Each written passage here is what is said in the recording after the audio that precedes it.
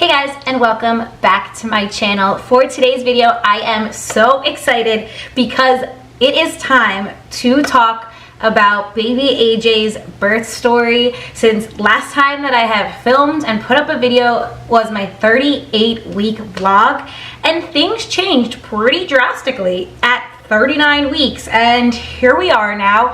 He is now a little over a week old, so I figured I wanted to kind of start from where we left off at the 38-week vlog and then kind of keep it going and just tell you about my experience and what the labor and delivery of my baby boy was like. So without further ado, let's dive into the video.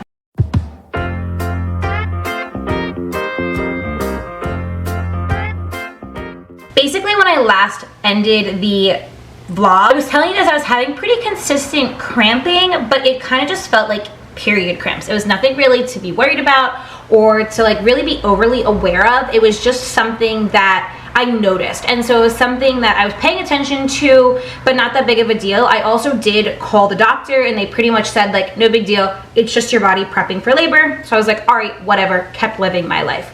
That Friday, so the Friday that I turned 39 weeks, I went to the doctor just for my normal weekly appointment, and they did a regular check. And since I was 39 weeks and they hadn't done a cervical exam yet, they decided to do a cervical check while I was at that appointment, and they said that I was 5 centimeters dilated and 80% effaced, which was absolutely crazy to hear because I knew that I had to get to 10 centimeters to be able to like deliver the baby, and I was already at 5 centimeters and I literally felt fine. Like I was like living my life. I went to the gym, I was going for walks, I was literally doing everything entirely and completely normal.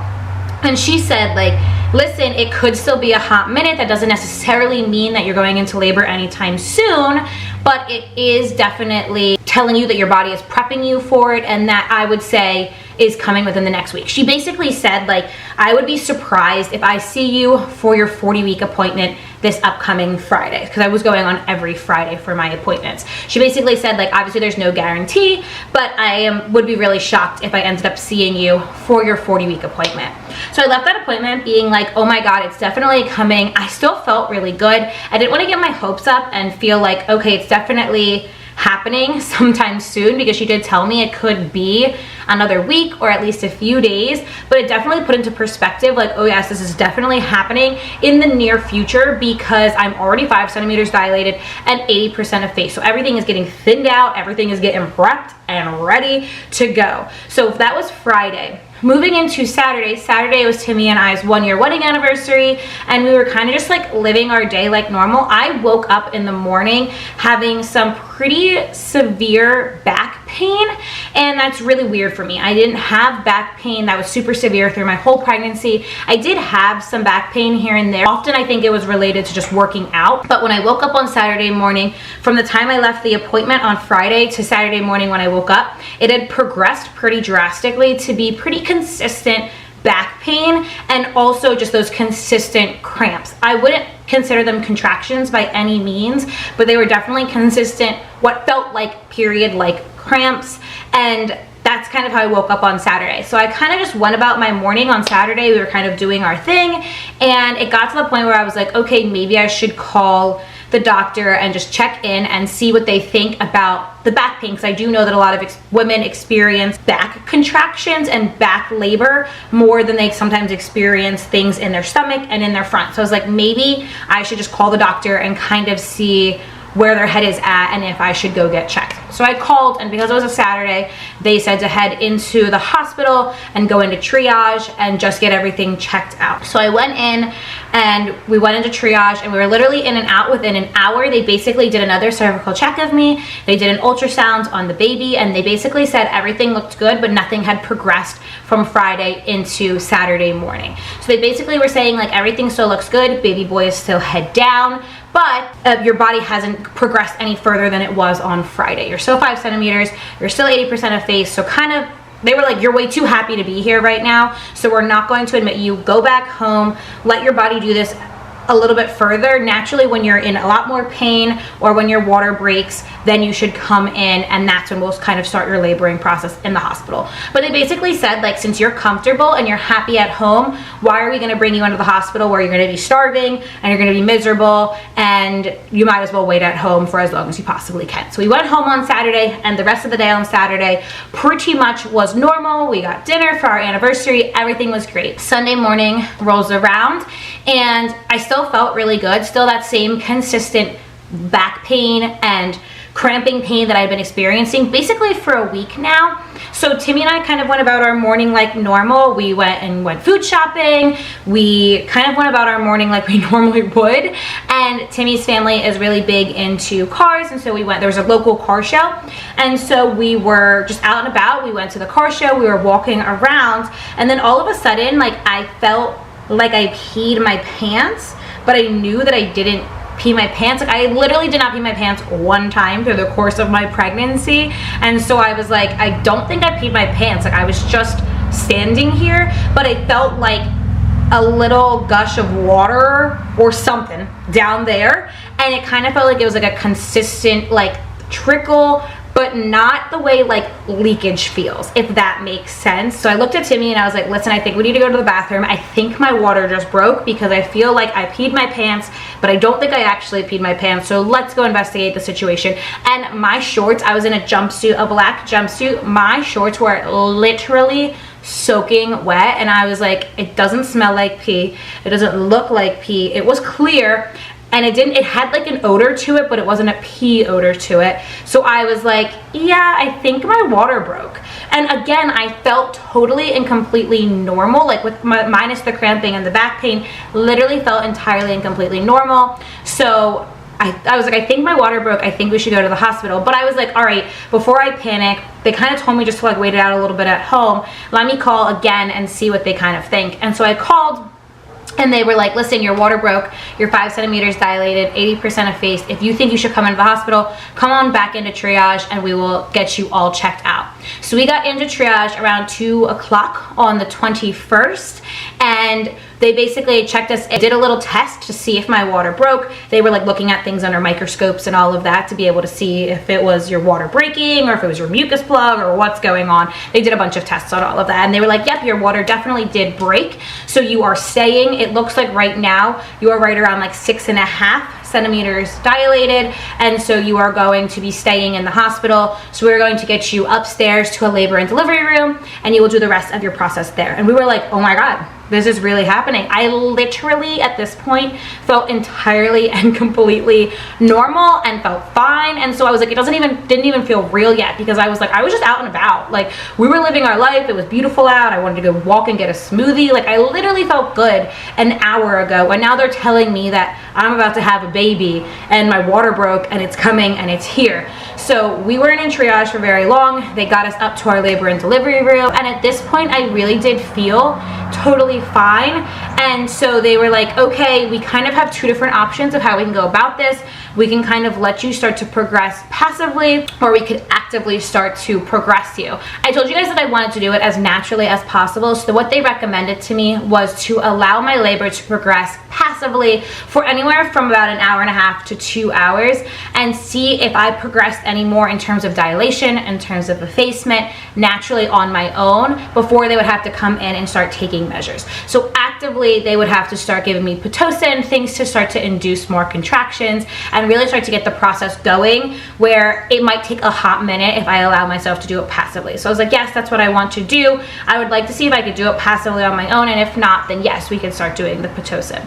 So we sat there for like an hour and a half, 2 hours in the labor and delivery room, and I was like vibing. Like, I felt good. I felt like I was able to like talk and move around and bounce on my ball, and we were watching TV. Like, I felt literally fine. Still that same cramping and like tightness in my stomach, but nothing out of the ordinary that I hadn't experienced for about a week now. So I was feeling totally fine. After that like hour and a half went by, they came in and they were like, listen, we want to start putting you on the Pitocin. We want to really start to progress this along for you. It doesn't look like it's progressing along. You're not really feeling your contractions right now, because essentially those cramping that I was having were contractions the whole time, but I really wasn't feeling them. So they were like, you clearly have a high pain tolerance, and you clearly aren't getting intense contractions, so we kind of need to give you something to start making your body have more intense contractions. So they started putting me on Pitocin. They put me on like the lowest amount in the beginning, and then every like half hour, 45 minutes, they upped it a little bit until I would really start to feel them and it really would kick in. They put me on the lowest dosage in the beginning, and then they came in every like half hour, 45 minutes for a couple hours. I started off at 2 and I ended up making my way all the way up to 8 in terms of like how much they were giving me, and they upped it by 2 every like 30 to 45 minutes. So by the time I got to 8, I still honestly was feeling really, really good. I was not feeling a difference, in all honesty, than I was feeling when I first walked in. Still that cramping, still the back pain, nothing had really progressed. But they were like, all right, let's push you back down. We'll do another check. We'll kind of see what's going on to see how to adjust from there. And they were like, okay, it looks like your amniotic sac did not break completely. So basically my water didn't entirely break. It broke a little bit and it was like trickling, but the whole thing did not break. So what they did is they basically took this like big crochet hook, what it looked like, and they basically popped the rest of my water, and so the rest of my water broke, and that's when I felt like what you imagine your water breaking to feel like that big gush of water where like everything felt like it got wet. They took me off of Pitocin when they were doing that, and they were like, we're gonna put you back onto the Pitocin in a little bit and start your contractions from there.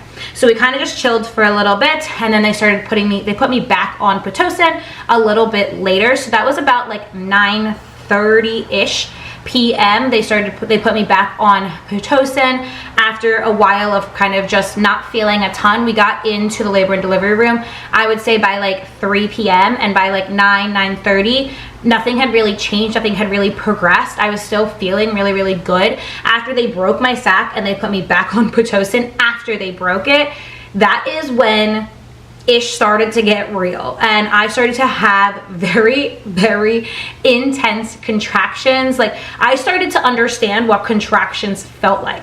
I feel like when they were telling me this whole time, like, you should be feeling contractions right now, like they'd be feeling my belly and they'd be like, oh, your belly feels really hard, you're currently having a contraction. And I was like, yeah, I don't feel it. Like I feel cramping, but that's like, I don't really feel much more than that.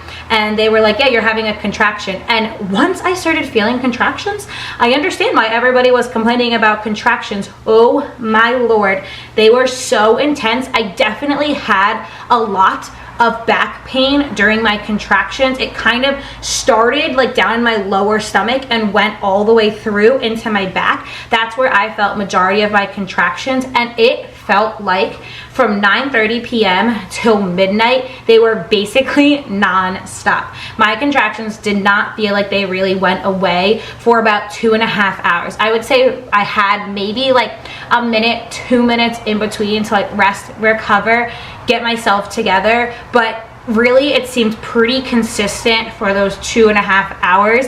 And honestly, it was probably the most intense and most painful 2.5 hours of my life. I'm not going to sugarcoat it. It was definitely a difficult 2 hours. It was hard to get through. I was really trying to just breathe through it the whole time. I am so, so grateful for having Timmy in that labor and delivery room, because I literally could not have gotten through it without him. He was giving counter pressure onto my back, which I really, really needed. He was coaching me through how to breathe, because it got to the point where I was like gasping for air and I just kept being like, I can't do it, I can't do it. And he was just coaching me through it and keeping me calm and reminding me that I could. And he knew how important it was for me to go as long as I could without medicine, without getting an epidural. And so I wanted to feel like I had pushed myself mentally and physically as much as I was able to before I got an epidural. And it was probably right around midnight that I was like, I don't think I can do this anymore. I think I need an epidural. It got to the point where I was just in so much pain. I was gasping. I couldn't get a break. I literally felt like I was running a marathon and I could not stop, but I was also sprinting a marathon. Like, I don't know how else to explain it. I felt like I could not catch up. My body was going and going and going. It was under so much stress. And they told us when I first got in that if I decided I wanted an epidural, to probably give myself about a 30-minute window from when I asked for one to when I actually was going to get one, because there was only one anesthesiologist on at the time, and they were like, it might be 30 minutes before you actually get one from when you ask. So they were like, just make sure that whenever you ask, you can make it another 30 minutes, potentially without an epidural if you needed it. So around midnight, I was like, I need this epidural. I feel like I have pushed myself as much as I physically can. I don't think I can continue on for any longer. I was really just struggling and in pain, and so we called an epidural at midnight, and they said that they were going to bring one in. I literally have no idea what that time frame looked like. I think it was only about 15 minutes from when we called from it to when it actually got there, but at that point I was in so much pain and so kind of just like out of it and out of the reality, and I was just trying to like get through my contractions. I literally could not tell you anything that happened in the meantime. When the man was putting in my epidural, I could tell you absolutely nothing about him. I couldn't tell you about if it hurt. I couldn't tell you what he looked like. I know that I had to sign something. I could only imagine what my signature looked like. Like, I was just in so much pain at that point from my contractions that I was willing to do whatever it took for them to calm down a little bit and just to give myself a little bit of rest. And so he put the epidural in, and they were like, okay, we're going to give you a little bit of time for it to set in and for you to breathe for a little bit. And then they were like, all right, let's check you and see where you're at. So they laid me back onto my back and they checked my cervix, and I was 9 centimeters dilated. So when I got my epidural, I was 9 centimeters dilated, and they were like, we're gonna give you a little bit of time, probably about an hour, just rest, kind of get your breath back, drink some water, and then it's gonna be time to start pushing. And I like could not believe that I had progressed from basically like 6.5 centimeters to 9 centimeters in 2.5 hours after super intense contractions. And I was like, wow, I was so happy and like proud of myself for making it through those 2.5 hours and pushing myself as much as I felt I could have physically and mentally have pushed myself. And then I got my epidural, and I literally felt immediately better. I was like vibing. It felt so much better. It is the craziest thing in the world, because you still feel your legs and you still feel like that they're there, but they just feel like they're literally a million pounds, and you don't feel pain anymore. Like, you feel pressure during your contractions, but you don't feel pain, if that makes sense. And so an hour went by, and they were like, gonna be time to start pushing. And so we started pushing right around 2 o'clock in the morning, and I pushed from 2 o'clock to 3:30 in the morning. How I pretty much pushed on my side the entire time. They'll often put you in different positions based off of what is working the best for you and for the baby and what's the safest and all of that. For me, when I would lay on my back, his heart rate would drop. He really didn't like it. He didn't respond well to me pushing on my back, so I basically pushed on my side the entire time, and it was basically, for lack of a better description of pushing, if you have never done it before, it basically feels like you have the biggest poop that you have ever pooped in your whole life, and you are trying with everything in you to push it out. There is no other way to explain it than that, and if you've done it, I know that you can like resonate with that, but that's literally what it feels like. It feels like you have the pressure of the biggest poop in your entire life there, and you need to push it out. And so basically that's what I did. And so you push with your contractions. So at that point I was having contractions pretty regularly, anywhere from every like minute to 2 minutes, I would say. Basically, as they would come, what I did is took 3 pushes with an 8 count every single time, and we did that for an hour and a half. It was about 45 minutes in, and they were like, oh yeah, we can see hair. And I was like, oh my God, you could see hair, like we're getting close, like we can actually do this. And my nurse was like, this is really crazy for a first-time mom, because sometimes first-time moms push for 4 hours, for 5 hours. And I was like, oh my God, that's great. You don't think we're gonna be doing that? And she was like, girl, we already see hair. You're gonna be done this in a little bit. So I was like, cheers to that. And so I pushed for an hour and a half, and it was the most like crazy, awesome, empowering thing that I feel like I have ever done in my entire life. I am so appreciative to Timmy. I am so appreciative to my labor and delivery team, because everybody helped me so much get through that, because it is difficult. It is definitely, even with an epidural, it is still a struggle. You feel the pressure, but you are the one physically pushing it out, and you feel yourself needing to put all of your energy into every single one of your pushes. And in between your contractions and in between your pushes, you're sipping on water, you're eating ice chips, you're getting prepared for the next one to come so you can keep on pushing. So I pushed for an hour and a half, and then they put him onto my chest, and it was the most amazing feeling in the entire world. When I, in a vlog a few weeks ago, told you guys that I just like could not wait for that moment, nothing in this world compares to that moment of feeling like you just brought your baby into this world, and now he's here and he's on your chest and you can hear him crying and you're just holding him. It is literally the most incredible experience in the entire world. It was the most empowering thing that I have ever done. I have never felt more proud of myself, of my body, of Timmy and I for what we did and how we created him. Like, it was just the most amazing experience, and getting him put onto my chest was just the most incredible thing in the entire world. There's just no words to explain that feeling, and just know that like all of the hard work, all of the pain, all that you just endured for however long it was going on for. Mine, luckily, from when my water broke to when he came was only about 13 hours, and really only from like 9:30 p.m. to 3:30 a.m. was I like in pain really doing it. But all of that literally went away immediately after he came, and he gets put onto your chest, and that feeling of just having him there, all of the adrenaline, all of the stress goes away, and it's literally just pure happiness. And it's overwhelming because now you have this baby on your chest and it's the craziest thing in the whole world, but all of it just goes away and you just feel a rush of relief and you just feel good. I kept him on my chest for about an hour as they're kind of cleaning me up, as you're kind of like doing a little baby push to get the placenta out, but it kind of just like bloop out itself. But you kind of have to give it like a little, like instead of an 8 count push, a little like 3, 4, 5 count push, just for it kind of like gets its way out of there as well. And then they kind of go through the process of getting you cleaned up, getting you stitched up if you needed it. So for me, I'm super fortunate that I did not have any external tearing during the course of my labor. I did have internal tears, and I had a small tear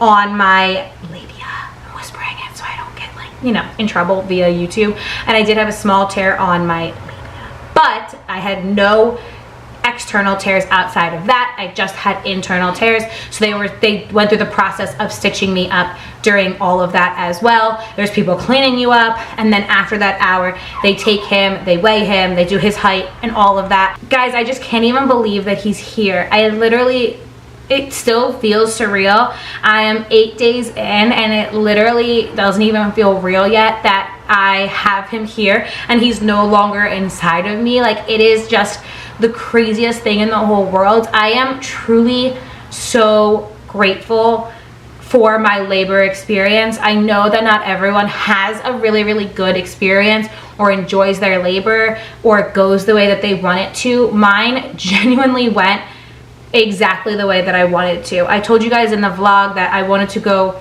as naturally as possible, and I did. I told you that I wanted to push myself as much as I physically and mentally could before I got an epidural, and I believe that I did, and I do not regret it by any means getting my epidural. I think it was the right decision for me. I think it was the right decision for him. I was exhausted after those 2.5 hours of intense contractions, and I think if they told me, okay, after those 2.5 hours, now it's time to push, I don't know if I could have done it. I don't know if I could have given it as much as I was giving it with the epidural because I didn't have that energy in me. I don't know if it would have only happened in an hour and a half because I was just exhausted at that point. I feel like I needed that epidural to give me that kind of like second wind to get through the pushing process. So I have absolutely no regrets about getting it. I think that that is what was best for me and my body and for him, and I'm very grateful that I just listened to myself and I listened to what I thought was best, and it went as best as it could have gone. I feel like if I could have written it down and it was exactly how it went, and I'm just really grateful for that. I'm so appreciative of the labor and delivery team and like their support through the entire thing, because they really helped coach me through pushing. They helped coach me through contractions. They were there to motivate and support. I literally cannot even begin to put into words how incredible Timmy was through this entire process. I could not have done this without him. I couldn't have got through those tough contractions without him. I couldn't have gotten through pushing without him. He was just my rock through the entire thing. It is definitely an emotionally and mentally draining process on top of physical.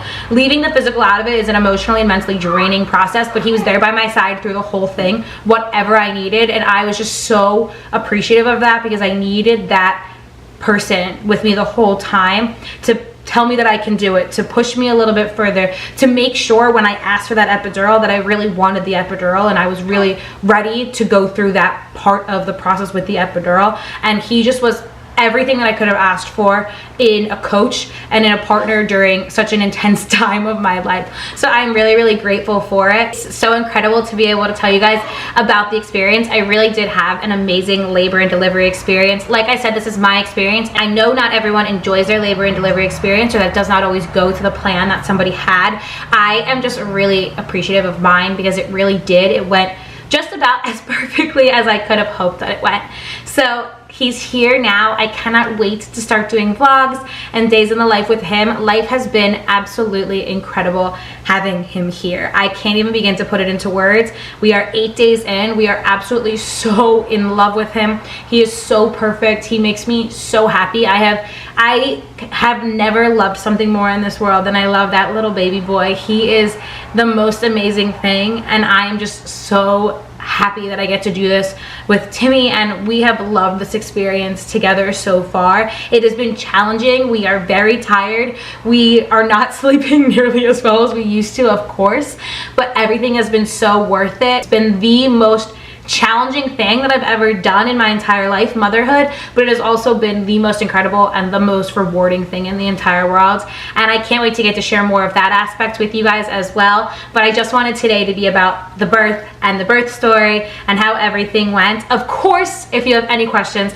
please feel free to put them in the comments down below. I'm okay. Baby AJ is here and he is okay. We are both doing so well. AJ was born at 7 pounds 8 ounces and 20 inches long. He was a much bigger baby than we were expecting him to be. They were telling me 6.5 pounds at the most, and he was 7.5 pounds, so I cannot even believe that. But he is happy, he is healthy, and so am I. So I just wanted to wrap up the video here. I hope you guys like this video. I am so happy to share this next chapter of my life with you guys. I cannot wait to share being a mom and my postpartum journey, and then eventually getting back into the gym postpartum with you guys as well. It's going to be the biggest adjustment of my life, and I cannot wait to document it and share it with all of you guys because it has also been the most amazing adjustment of my entire life. So with that being said, I'm going to wrap up the video here. If you like this video, please make sure you go ahead and give it a big thumbs up. You already know it supports my channel. If you haven't already, make sure you subscribe, hit that bell notification so you don't miss another video that I post.